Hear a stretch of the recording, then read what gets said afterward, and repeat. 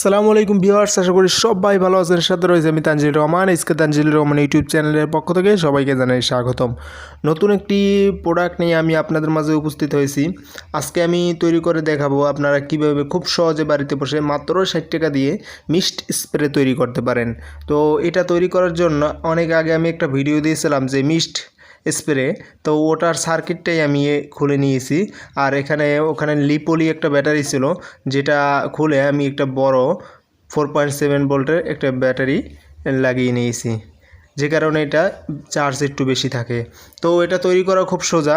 আপনারা যে কোনো ইলেকট্রনিক্সের দোকানে যে মিস্ট স্প্রের যে সার্কিট দিতে বললে আপনারা এরকম সার্কিট পাবেন মাত্র 60 টাকা দিয়ে।